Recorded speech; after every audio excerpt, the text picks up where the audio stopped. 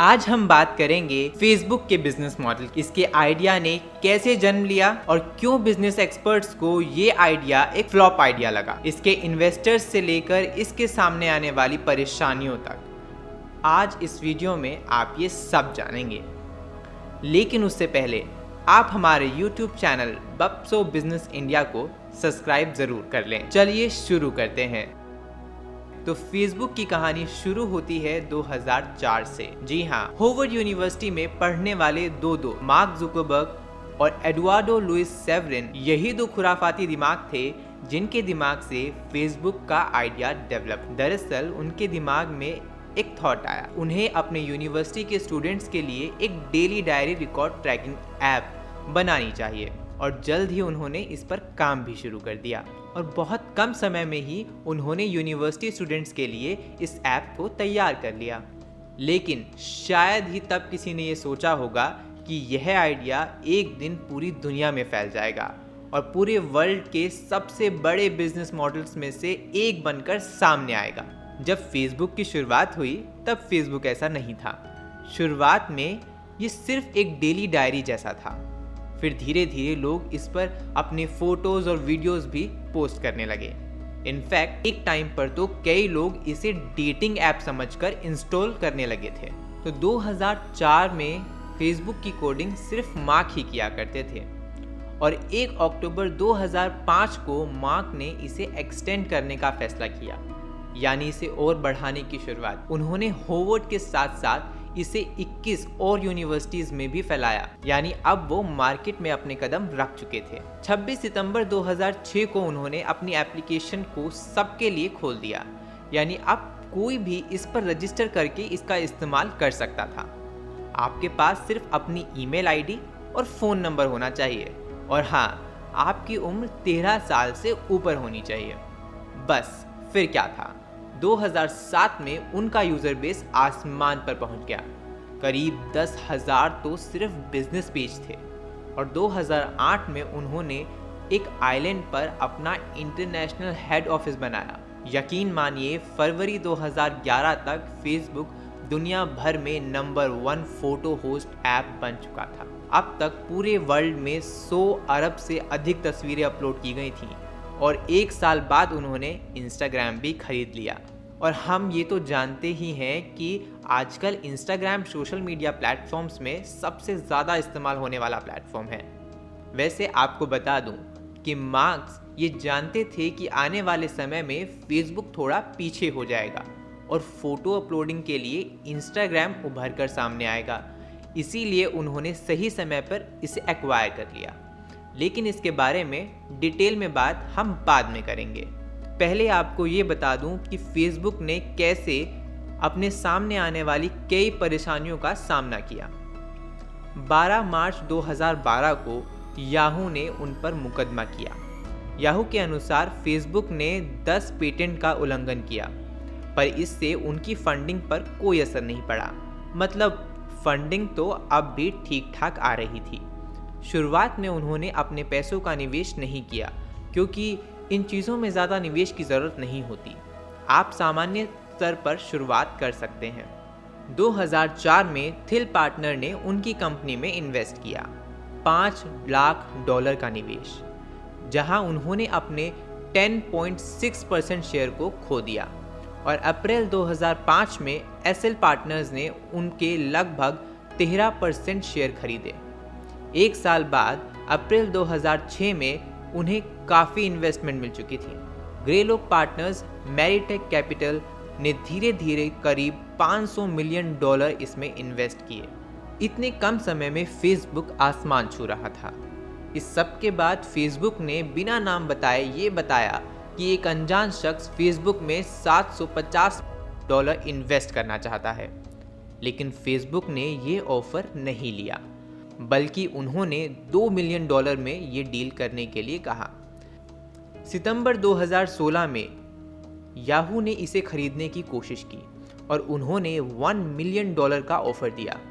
सोच कर देखिए, जो कंपनी एक समय पर फेसबुक को सू कर रही थी, वही कंपनी अब फेसबुक को $1 मिलियन देने के लिए तैयार थी। $750 मिलियन के बाद याहू की $1 मिलियन ऑफर भी फेसबुक ने ठुकरा दी। उनके हिसाब से इंटरनल असेसमेंट ही $8 मिलियन का था। और फिर 17 जुलाई 2007 में मार्क ने अनाउंस किया कि वह इसे बेचेंगे ही नहीं, बल्कि इसके मालिक खुद बनेंगे। मार्क ने कहा, मैं इन्वेस्टमेंट के लिए मना नहीं करूंगा, लेकिन मैं पूरी इक्विटी नहीं बेचूंगा। और 24 अक्टूबर 2007 को माइक्रोसॉफ्ट ने फेसबुक में कुछ शेयर्स खरीदे भी। उसके ठीक अगले महीने हांगकांग के बिलियनियर ने भी इसमें $60 मिलियन का निवेश किया, क्योंकि फेसबुक टॉप पर था। लेकिन अब इसे और स्ट्रेच करने के लिए मनी की रिक्वायरमेंट थी। यह कहने में शायद आसान लगे कि फेसबुक का एक्सपेंस क्या ही रहता होगा, लेकिन आपको बता दूं कि होस्टिंग का एक्सपेंडिचर सबसे अधिक होता है। आप फ्री में फेसबुक का इस्तेमाल कर रहे हैं, मुफ्त में फ़ोटो अपलोड करते हैं, सब कुछ फ्री में, लेकिन इस सब में होस्टिंग का एक्सपेंस काफ़ी अधिक होता है।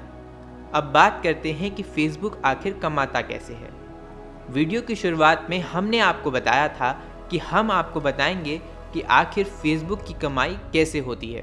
तो चलिए, हम सब फेसबुक का इस्तेमाल करते हैं। हम सब ने देखा है कि कैसे फेसबुक पर हमें विज्ञापन यानी एडवर्टाइजमेंट्स देखने मिल जाते हैं। हम इन एडवर्टाइजमेंट्स को एक दर्शक के रूप में देखते हैं और यही है फेसबुक की असली कमाई। ठीक वैसे ही जैसे टीवी चैनल्स कमाते हैं, लेकिन इसके पीछे भी एक तरह की रिसर्च और डेवलपमेंट है। आपको अक्सर वही ऐड देखने मिलते होंगे जिन्हें आपने कभी सर्च किया होता है, या जो आपकी पर्सनैलिटी को कॉम्प्लीमेंट करते हैं। जी हाँ, जैसे हम अपने दोस्तों की प्रोफाइल चेक करते हैं और हम फेसबुक डाटाबेस में अपने पोस्ट के ज़रिए अपनी एक इमेज बनाते हैं कि हम किस तरह के इंसान हैं, और इसी के हिसाब से फेसबुक आपको चीज़ों का ऐड दिखाता है। आज की डेट में सोशल मीडिया ब्रांडिंग का सबसे अच्छा तरीका है। अगर आप अच्छी ब्रांडिंग करना चाहते हैं, आपका social media platform is the perfect place.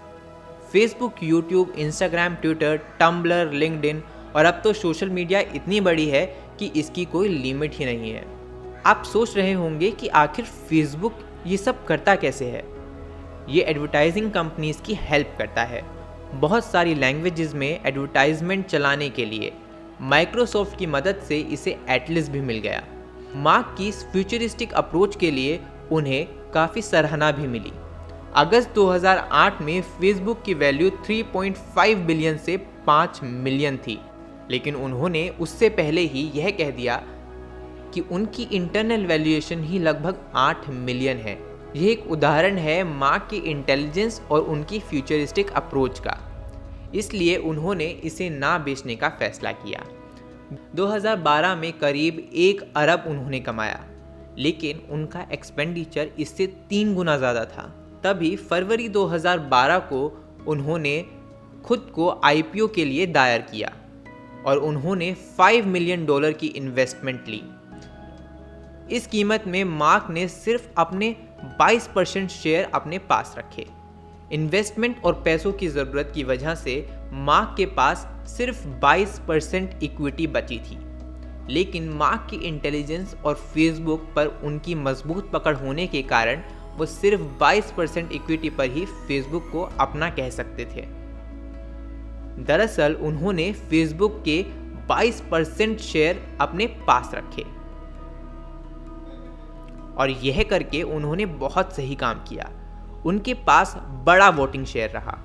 अब ये तो हम सब जानते हैं कि यह वोटिंग शेयर तय करते हैं कि कंपनी क्या कदम उठाएगी, मालिक कौन होगा, मतलब सीईओ, डायरेक्टर या बाकी की पोस्ट। यह फैसले वोटिंग कमेटी ही लेती है। अपनी फेसबुक को फैलाने और इस पर अपनी इक्विटी बनाए रखने के लिए मार्क ने सब कुछ किया। तो आप क्या सोचते हैं फेसबुक की सक्सेस को लेकर? हमें कमेंट बॉक्स में लिखकर ज़रूर बताएं। बस यही थी फेसबुक की कहानी। हमें यकीन है आपको ये वीडियो पसंद आया होगा। अगर हाँ तो लाइक ज़रूर करें। दोस्तों, हमारे चैनल को सब्सक्राइब करना ना भूलें। बप्सो इंडिया, इकलौता ऐसा यूट्यूब चैनल जहां सिर्फ बिजनेस की बात होती है। तो अगर आप भी पाना चाहते हैं बिजनेस और स्टार्टअप से जुड़ी हर जानकारी, तो हमारे चैनल को सब्सक्राइब ज़रूर करें। साथ ही अपने बिजनेस पैशनेट फ्रेंड्स के साथ इस वीडियो को शेयर करना ना भूलें। बप्सो इंडिया, जल्द मिलते हैं।